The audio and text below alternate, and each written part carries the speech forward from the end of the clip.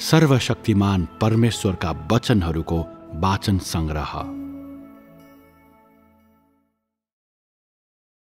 13 पत्रहरूमा त कहाँ खडा हुन्छस्?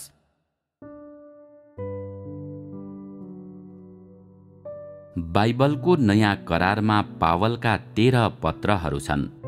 पावलले आफूले काम गरेको अवधिमा येशू ख्रिस्टमा विश्वास गर्ने मण्डलीहरूलाई यी 13 पत्रहरू लेखे। यसको अर्थ येशूको स्वर्ग आरोहण भएपछि पावललाई खडा गरियो र तिनले यी पत्रहरू लेखे। यी पत्रहरू प्रभु येशूको मृत्युपछि भएको उहाँको पुनरुत्थान र स्वर्ग आरोहणका गवाहीहरू हुन् र तिनले पश्चाताप र क्रूस वहन गर्ने मार्गको प्रचार गर्छन्। अवश्य नै यी सबै सन्देश र गवाहीहरू तत्कालीन यहुदिया वरपरका विविध स्थानका दाजुभाइ र दिदी बहिनीहरूलाई सिकाउने उद्देश्यका लागि थिए, किनभने त्यतिबेला पावल प्रभु येशूका सेवक थिए र तिनलाई प्रभु येशूको गवाही दिन खडा गरिएको थियो।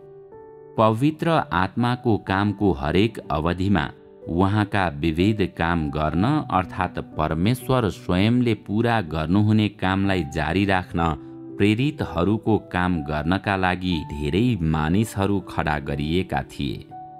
यदि पवित्र आत्माले प्रत्यक्ष रूपमा आफैले यो काम गर्नु भएको भए र मानिसहरू कसैलाई पनि खडा नगरिएको भए यो काम पूरा गर्न एकदमै मुस्किल हुने थियो।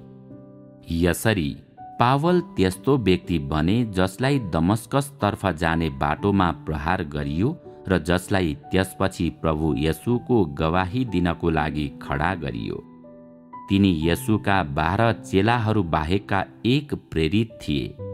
सुसमाचार फैलाउनका अलावा तिनले विविध स्थानका मण्डलीहरूको गोठालो गर्ने काम गरे, जसमा मण्डलीहरूका दाजुभाइ दिदी बहिनीहरूको हेरविचार गर्ने कार्य पर्थ्यो। अर्को शब्दमा भन्दा दाजुभाइ र दिदी बहिनीहरूलाई प्रभुमा डोर्याउने कार्य पर्थ्यो।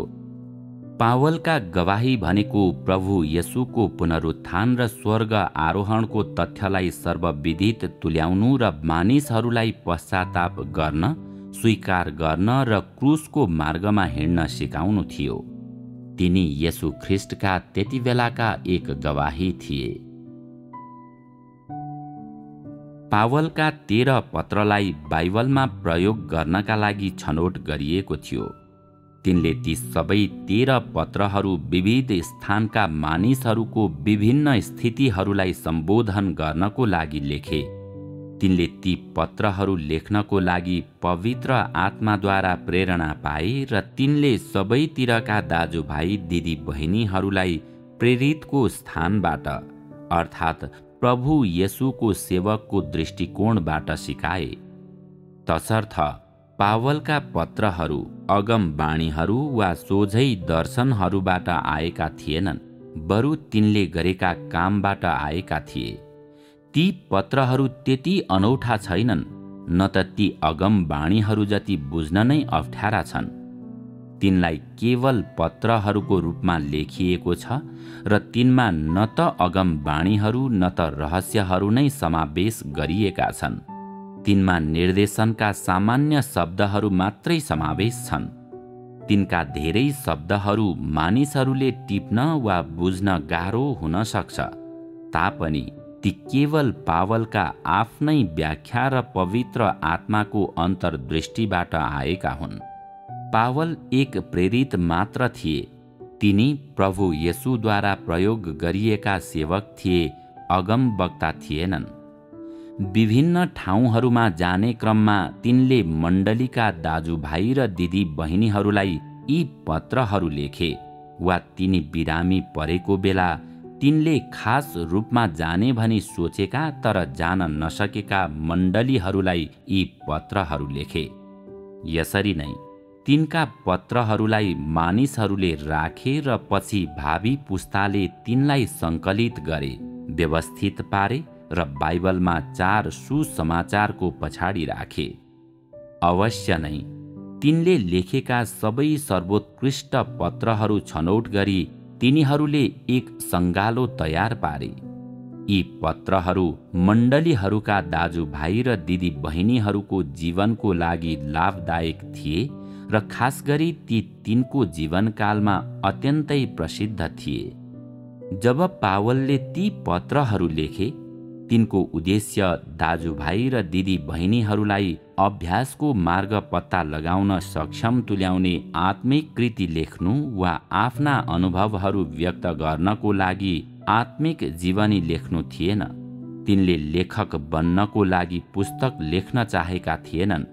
तिनले त केवल प्रभु येशूका मण्डलीहरूका दाजुभाइ र दिदी बहिनीहरूलाई पत्रहरू लेखेका थिए। तिनले एक सेवकको हैसियतबाट आफ्ना दाजुभाइ र दिदी बहिनीहरूलाई सिकाउन, आफ्ना बुझहरू, प्रभु येशूका इच्छाहरू र भविष्यको लागि उहाँले मानिसहरूलाई सुम्पनुभएका यावत कार्यहरूको बारेमा बताउनको लागि लेखे। पावलले गरेको काम यही थियो। तिनका वचनहरू भविष्यका सबै दाजुभाइ र दिदी बहिनीहरूको लागि ज्ञानवर्धक थिए। तिनले यी धेरै पत्रहरूमा बताएका सत्यताहरू अनुग्रहको युगमा मानिसहरूले अभ्यास गर्नुपर्ने सत्यताहरू थिए।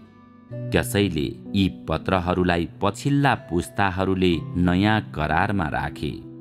पावलका परिणामहरू अन्त्यमा जे जस्तो हुन गए पनि तिनी आफ्नो समयमा प्रयोग गरिएका व्यक्ति थिए, जसले मण्डलीहरूका आफ्ना दाजुभाइ र दिदी बहिनीहरूलाई भरण पोषण गरे।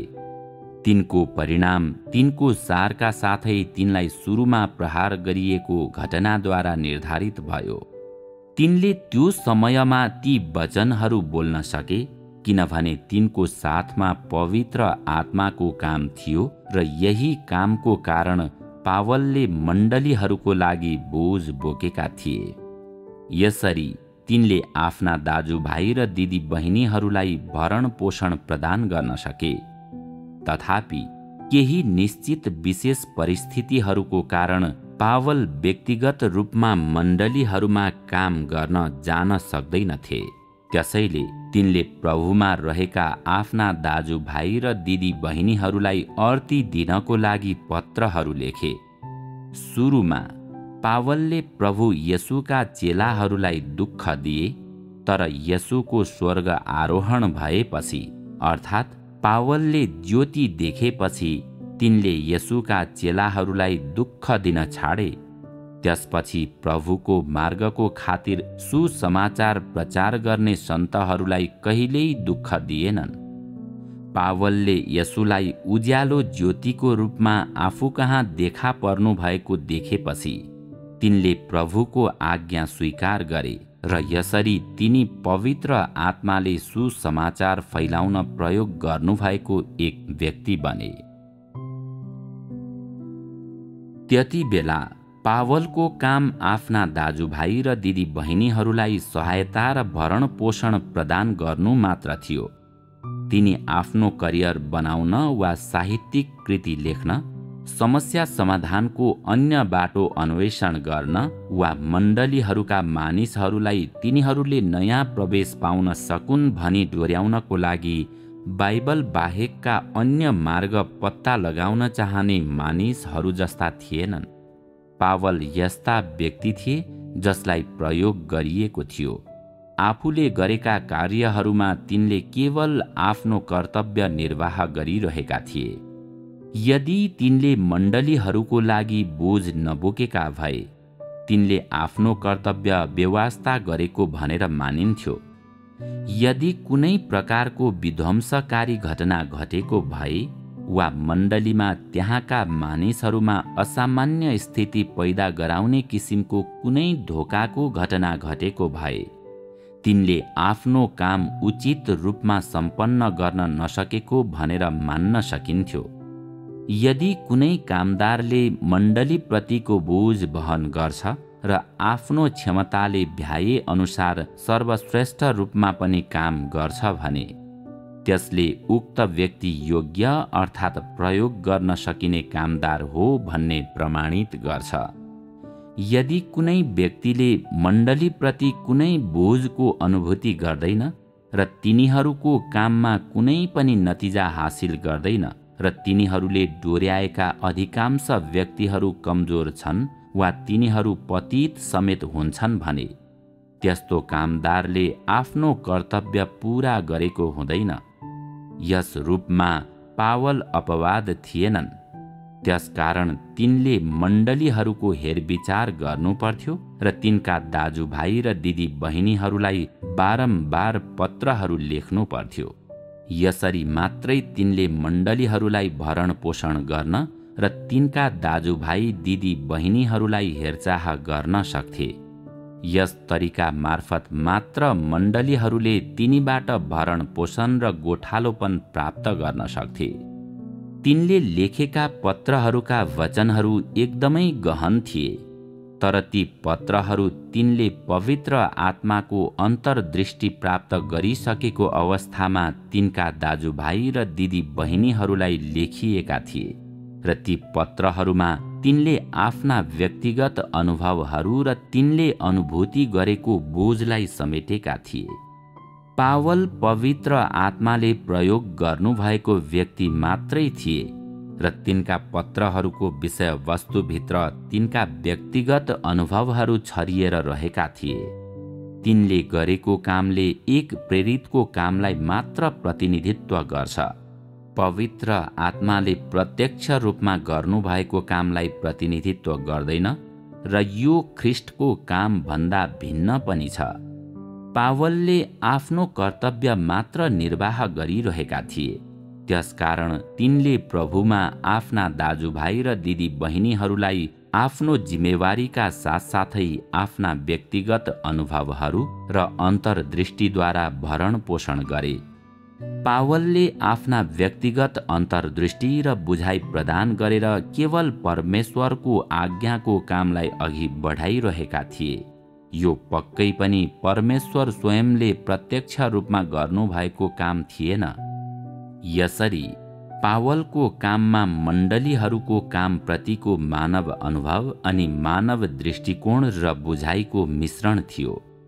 तैपनि यी मानव दृष्टिकोण र बुझाइलाई दुष्ट आत्माको काम वा देह र रगतको काम भनेर भन्न सकिँदैन। ती कामलाई पवित्र आत्माद्वारा अन्तर्दृष्टि प्राप्त गरेको व्यक्तिका ज्ञान र अनुभवहरू भनेर मात्र भन्न सकिन्छ।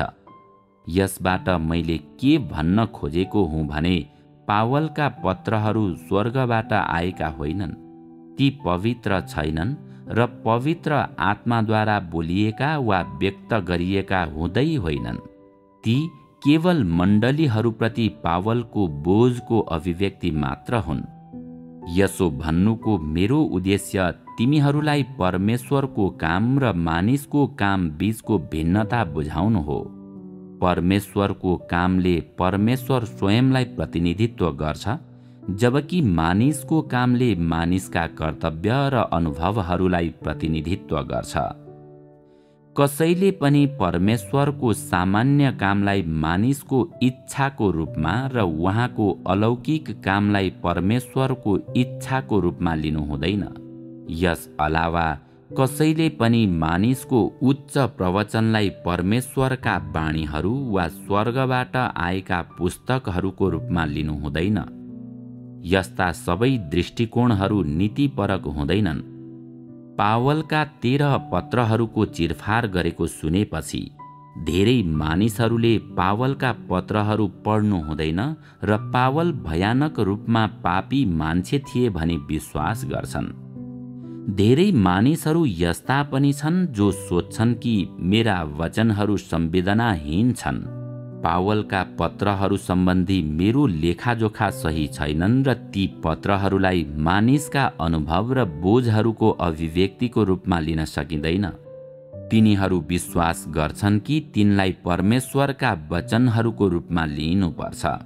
ती यूहन्नाको प्रकाशको पुस्तक जस्तै महत्त्वपूर्ण छन्। तिनलाई छोट्याउन वा तिनमा थपथाप गर्न सकिँदैन र यस अलावा तिनलाई हल्का रूपमा व्याख्या गरिनु हुँदैन। के यी सबै मानव दावीहरू गलत छैनन् र के त्यो पूर्णतया मानिसहरूमा कुनै विवेक नभएको तथ्यले गर्दा भएको होइन र? पावलका पत्रहरूले मानिसहरूलाई धेरै फाइदा गर्छन् र तिनको इतिहास 2000 वर्षभन्दा पुरानो छ। तथापि आजको दिनसम्म धेरै मानिसहरूले त्यति बेला तिनले के भनेका थिए भनी बुझ्न सक्दैनन्। मानिसहरूले पावलका पत्रहरू ईसाई जगतकै सर्वोत्कृष्ट कृति हुन् अनि कसैले पनि तिनको व्याख्या गर्न सक्दैन र तिनलाई पूर्ण रूपमा बुझ्न सक्दैन भन्ने ठान्छन्। वास्तवमा यी पत्रहरू कुनै आत्मिक व्यक्तिको जीवनी जस्तै छन् र तिनीहरूलाई यसुका वचनहरू वा यूहन्नाका महान दर्शनहरूसँग तुलना गर्न सकिँदैन। यसको तुलनामा यूहन्नाले जे देखेका थिए त्यो स्वर्गबाट आएका महान दर्शनहरू अर्थात् परमेश्वर स्वयंको कामका अगमवाणीहरू थिए, जुन मानिसहरूद्वारा प्राप्त गर्न नसकिने थिए, जबकि पावलका पत्रहरू मानिसले जे देख्यो र अनुभव गर्यो त्यसको वृत्तान्त मात्रै थियो। तिनीहरू मानिसहरूले गर्न सक्ने कुराहरू हुन्, तर अगमवाणीहरू वा दर्शनहरू होइनन्। तिनीहरू केवल विभिन्न स्थानहरूमा पठाइएका पत्रहरू हुन्। तथापि त्यति बेलाका मानिसहरूको लागि पावल एक कामदार थिए र त्यसैले तिनका वचनहरूको महत्त्व थियो, किनभने तिनी यस्ता व्यक्ति थिए जसले आफूलाई सुम्पिएको काम स्वीकार गरेका थिए। यसर्थ तिनका पत्रहरू ख्रिस्टको खोजी गर्ने व्यक्तिहरू सबैको लागि फाइदाजनक थिए। ख्रिस्टले व्यक्तिगत रूपमा ती वचनहरू नबोल्नु भएको भए तापनि त्यो समयको लागि आखिर ती अत्यावश्यक थिए। यसैले पावल पश्चात आएका मानिसहरूले तिनका पत्रहरूलाई बाइबलमा राखे र आजका दिनसम्म हस्तान्तरण हुँदै आउने तुल्याए। के तिमीहरूले मेरो अर्थ बुझ्दैछौ? म तिमीहरूलाई यी पत्रहरूको सही विवरण प्रदान गर्दैछु र मानिसहरूको लागि सन्दर्भ सामग्रीको रूपमा तिनीहरूको फाइदा र महत्त्वलाई इन्कार नगरी तिनलाई चिरफार गर्दैछु। मेरा वचनहरू पढिसकेपछि यदि तिमीहरूले पावलका पत्रहरूलाई इन्कार गर्ने मात्र नगरी तिनीहरूलाई विधर्मी वा महत्त्वहीन समेत निर्धारण गर्छौ भने के मात्रै भन्न सकिन्छ भने तिमीहरूको बोध क्षमता एकदमै कमजोर छ र विभिन्न कुराहरूप्रतिको तिमीहरूको अन्तर्दृष्टि र मूल्याङ्कन क्षमता पनि त्यस्तै नै छ। अवश्य पनि मेरा वचनहरूलाई अत्यन्तै एकतर्फी छन् भनेर भन्न सकिँदैन। के तिमीहरूले अहिले बुझ्यौ? तिमीहरूले बुझ्नुपर्ने महत्त्वपूर्ण कुराहरू भनेका पावलले काम गर्दाको त्यो समयको वास्तविक अवस्था र ती पत्रहरू लेखिनु पछाडिको पृष्ठभूमि हुन्। यदि तिमीहरूमा यी परिस्थितिहरूको सही दृष्टिकोण छ भने तिमीहरूमा पावलका पत्रहरूको बारेमा पनि सही दृष्टिकोण हुनेछ। यसको साथै तैँले यी पत्रहरूको सार बुझेपछि बाइबल सम्बन्धी तेरो विश्लेषण पनि सही हुनेछ र तैँले पछिल्ला पुस्ताका मानिसहरूले किन वर्षौंसम्म पावलका पत्रहरूको आराधना गरे, साथै पावललाई किन धेरै मानिसहरूले परमेश्वरको रूपमा लिए भन्ने कुरा बुझ्नेछस्। यदि तिमीहरूले नबुझेको भए तिमीहरूले पनि यस्तै सोच्दैनथ्यौ र? जो परमेश्वर स्वयं होइन उसले परमेश्वर स्वयंलाई प्रतिनिधित्व गर्न सक्दैन। पावलको कामलाई मानव दृष्टिकोणको एक हिस्सा र पवित्र आत्माको अन्तर्दृष्टिको एक हिस्सा भनेर मात्र भन्न सकिन्छ।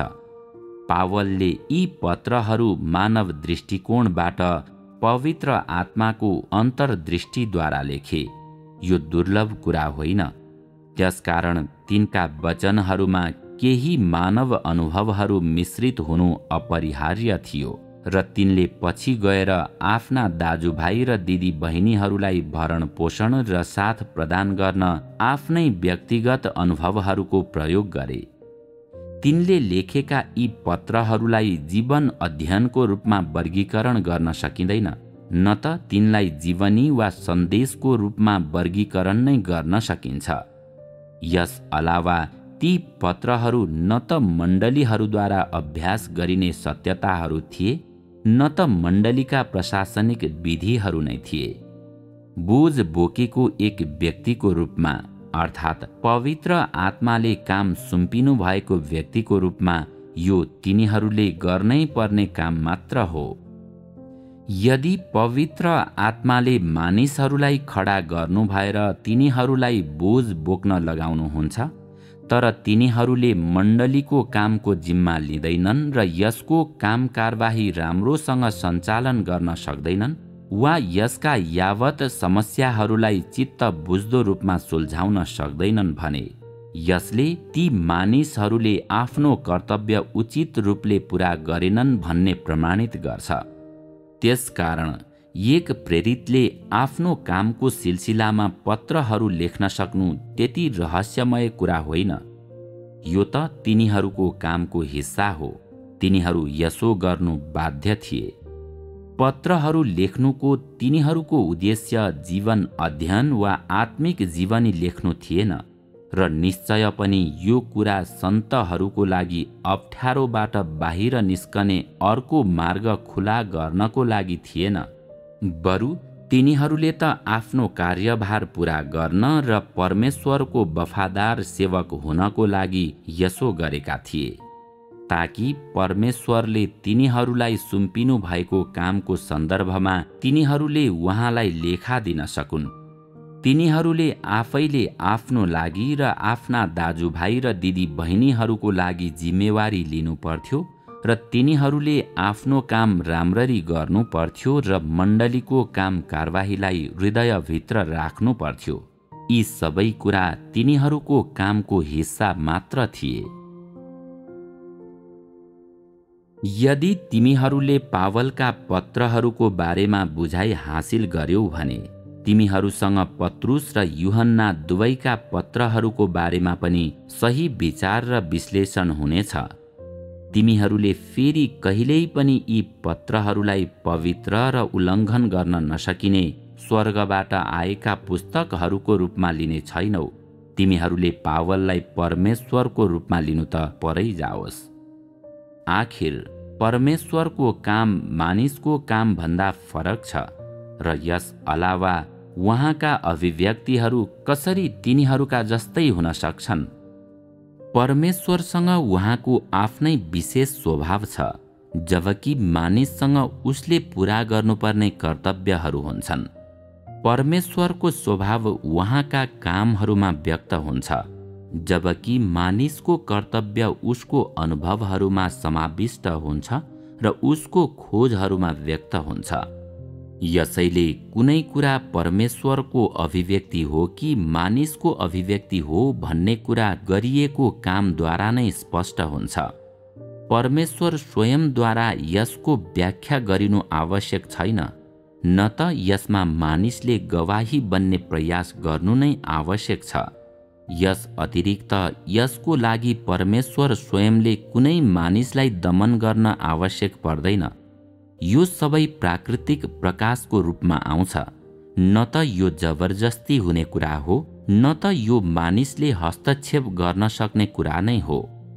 मानिसको कर्तव्यलाई तिनीहरूका अनुभवहरूद्वारा जान्न सकिन्छ र यसको निम्ति मानिसहरूले कुनै पनि थप अनुभवको काम गर्नु जरुरत छैन।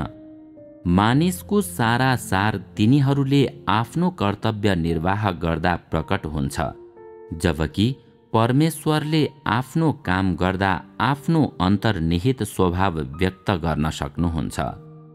यदि यो मानिसको काम हो भने यसलाई ढाकछोप गर्न सकिँदैन। यदि यो परमेश्वरको काम हो भने परमेश्वरको स्वभावलाई जो कोहीद्वारा लुकाउन झन असम्भव हुन्छ। मानिसले नियन्त्रण गर्ने कुरा त परै जाओस्। कुनै पनि मानिसलाई परमेश्वर भन्न सकिँदैन, न त तिनीहरूको काम र वचनहरूलाई पवित्र भनेर हेर्न वा अपरिवर्तनीय ठान्न सकिन्छ। परमेश्वरलाई मानव भन्न सकिन्छ किनकि उहाँले देह धारण गर्नुभयो, तर उहाँको कामलाई मानिसको काम वा मानिसको कर्तव्यको रूपमा लिन सकिँदैन। यस अतिरिक्त परमेश्वरका बाणीहरू र पावलका पत्रहरूलाई समान रूपमा हेर्न सकिँदैन, न त परमेश्वरको न्याय र सजाय अनि मानिसका निर्देशनका वचनहरूलाई समान रूपमा लिन सकिन्छ। यसैले परमेश्वरका कामलाई मानिसका कामदेखि फरक छुट्याउने सिद्धान्तहरू छन्। यिनीहरूलाई कामको क्षेत्र वा यसको अस्थायी प्रभावकारिता अनुसार नभई तिनीहरूका सारहरू अनुसार छुट्याइन्छ। यस विषयमा धेरै मानिसहरूले सिद्धान्तहरूको गल्ती गर्छन्, किनकि मानिसले बाहिरी कुरा हेर्छ जुन तिनीहरूले हासिल गर्न सक्छन्, जबकि परमेश्वरले सारलाई हेर्नुहुन्छ जसलाई मानव जातिका भौतिक आँखाले अवलोकन गर्न सक्दैनन्। यदि तैँले परमेश्वरका वचनहरू र कामलाई औसत मानिसका कर्तव्यहरूको रूपमा लिन्छस् भने र मानिसका ठूला परिमाणका कामलाई मानिसले पूरा गर्ने कर्तव्यको रूपमा नभई देह धारण गर्नुभएका परमेश्वरको कामको रूपमा हेर्छस् भने के तैँले सिद्धान्तमा गल्ती गरेको हुँदैनस् र? मानिसका पत्र र जीवनीहरूलाई सजिलै लेख्न सकिन्छ, तर पवित्र आत्माको कामको जगमा मात्र त्यसो गर्न सकिन्छ। तैपनि परमेश्वरका अभिव्यक्तिहरू र कामलाई मानिसद्वारा वा मानिसको बुद्धि र सोचद्वारा सजिलै हासिल गर्न सकिँदैन, न त मानिसहरूले तिनीहरूलाई अन्वेषण गरिसकेपछि पूर्ण रूपमा व्याख्या नै गर्न सक्छन्। यदि सिद्धान्तका यी विषयहरूले तिमीहरूमा कुनै किसिमका प्रतिक्रिया पैदा गर्दैनन् भने तिमीहरूका विश्वास स्पष्ट रूपमा त्यति सत्य वा शुद्ध छैन। तिमीहरूको विश्वास अस्पष्टताले भरिएको छ र यो अन्योलग्रस्त र सिद्धान्तविहीन दुवै छ भनेर मात्रै भन्न सकिन्छ। परमेश्वर र मानिसका सबैभन्दा आधारभूत विषयहरूको पनि बुझाइ नभएको यस प्रकारको विश्वास के पूर्ण रूपमा समझ नै नभएको विश्वास होइन र? सारा इतिहासमा कसरी पावल एक मात्र प्रयोग गरिएका व्यक्ति हुन सके? कसरी उनी मण्डलीको लागि काम गर्ने एक मात्र व्यक्ति हुन सके? कसरी उनी मण्डलीलाई भरण पोषण गर्न पत्र लेख्ने एक मात्र व्यक्ति हुन सके? यी मानिसहरूको कामको मात्रा र प्रभाव जे जस्तो भए पनि वा तिनीहरूको कामको नतिजा समेत जे जस्तो भए पनि के त्यस्ता कामका सिद्धान्तहरू र सार उस्तै छैनन् र? के तिनमा परमेश्वरको कामभन्दा पूर्ण रूपमा फरक कुराहरू छैनन् र? परमेश्वरको कामको प्रत्येक चरणको बीचमा स्पष्ट भिन्नताहरू भए पनि र उहाँका कामका धेरै तरिकाहरू सबै उस्तै नभए पनि के तिनीहरूको सार र स्रोत एउटै होइन र? यसै गरी यदि व्यक्ति अहिले यी कुराहरूको बारेमा अझै स्पष्ट छैन भने त्यस्ता व्यक्तिहरूमा तर्कको अत्यन्तै अभाव हुन्छ। यी वचनहरू पढिसकेपछि यदि व्यक्ति अझै पनि पावलका पत्रहरू पवित्र र उल्लङ्घन गर्न नसकिने अनि कुनै आत्मिक व्यक्तित्वको जीवनी भन्दा फरक छन् भनी भन्छ भने उक्त व्यक्तिको तर्क शक्ति अत्यन्तै विकृत छ र त्यस्तो व्यक्ति निसन्देह धर्म सिद्धान्तको एक यस्तो विशेषज्ञ हो जोसँग अलिकति पनि दिमाग छैन। तैँले पावललाई आराधना गरे पनि तैँले तिनीप्रतिको स्नेही भावनालाई तथ्यहरूको सत्यता बङ्ग्याउन वा सत्यतालाई खण्डन गर्न प्रयोग गर्न सक्दैनस्। यस अलावा मैले भनेका कुराहरूले कुनै पनि हालतमा पावलका सम्पूर्ण काम र पत्रहरूलाई जलाई खरानी पार्दैन वा सन्दर्भ सामग्रीको रूपमा तिनीहरूको महत्त्वलाई पूर्ण रूपमा नकार्दैन। जे होस्, यी वचनहरू बोल्नु पछाडिको मेरो उद्देश्य तिमीहरूले यावत कुरा र मानिसहरूको बारेमा उचित बुझाइ र मनासिब विश्लेषण गर्न सक भन्ने हो। यो मात्रै सामान्य तर्क शक्ति हो। सत्यता धारण गरेका धर्मी मानिसहरूले जुन कुराले मात्र आफूलाई सुसज्जित पार्नुपर्छ त्यो कुरा यही हो।